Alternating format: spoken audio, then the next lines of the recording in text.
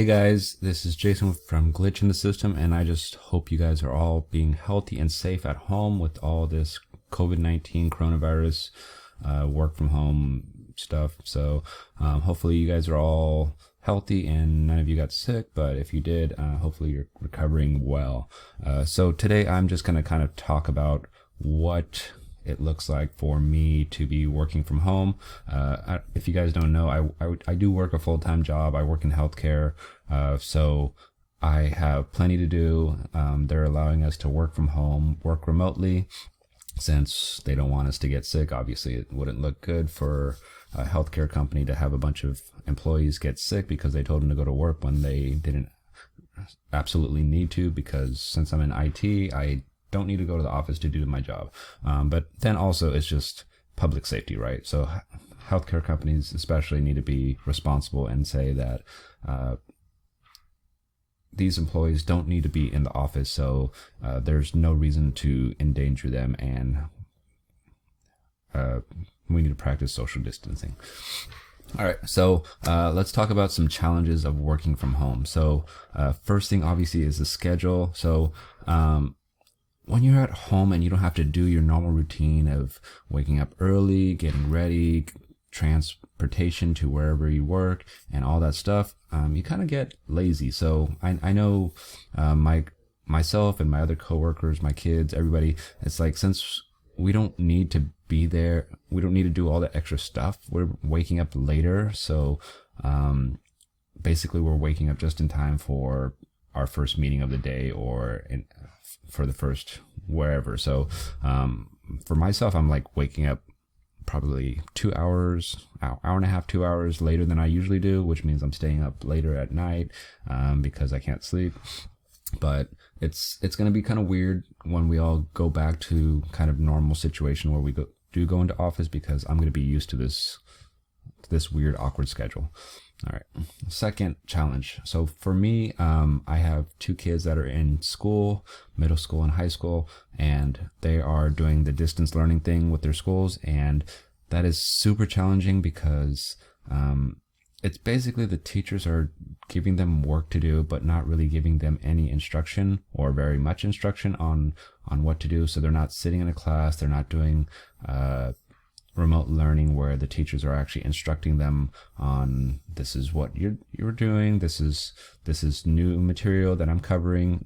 That stuff isn't happening. Basically they're just going on and having to read information and try to process that and get that going. So obviously that has two challenges. Number one is I don't know about your kids or other people, but it's very hard for my kids to just read something, process it, and just get going without any questions. So they need to have the support from me. So, and there's a lot of work. They're giving them a lot of work. I don't know about other districts, but my kids have a lot of work to do, and that means that I'm spending a good chunk of my time supporting them to make sure that they understand the work, that they're getting the work done. Otherwise, we're staying up. They're just sitting there and waiting for me, or they're goofing around, and then we have to spend time after 4, after 5, working on these things. And it's just basically a full day's worth of work that needs to be done.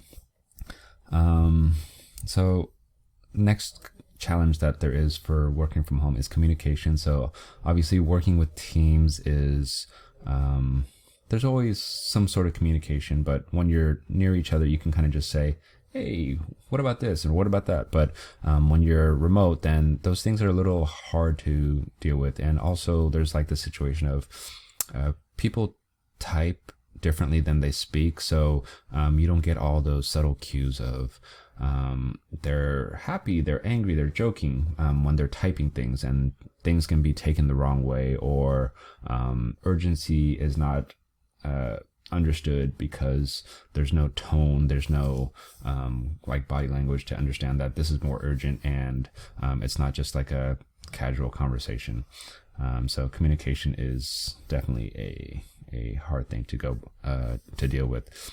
But speaking with communication, so we try to deal with that with, we always use Slack, but Slack is super important, and we use the Slack calls to do video conferences with each other. We can share our screens, all that stuff, or we'll use Google Hangouts, which does the same thing.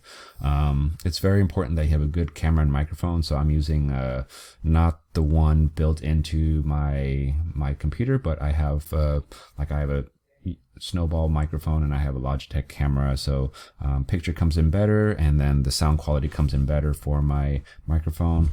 It's totally optional, but it makes a difference because some people, they don't have a good setup or a good microphone, so it's kind of hard to hear them, and sometimes hard for them to hear us or even see us. So kind of keep those things in mind if you're having trouble with your setup.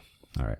All right. The fourth challenge is kind of just sitting too much. We're stuck inside, so we're doing a lot of sitting. So I've probably watched way too many Netflix movies or series, and I played way too many video games because I just don't have motivation to do much else, and I can't really do much else. I can go walk around the block if I wanted to, but I live in a rainy state, so I don't get to do that very often.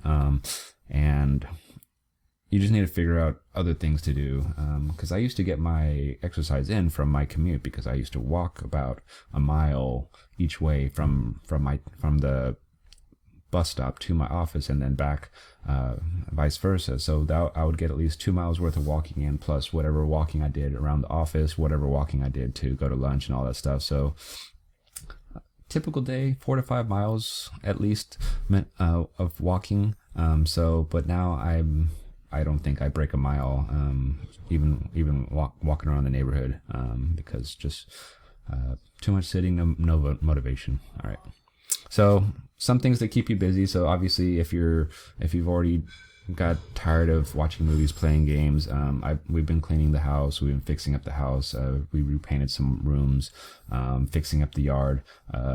So doing something physical is obviously great, because it gets you moving around, gets your blood pumping, and then it also gets something done, right?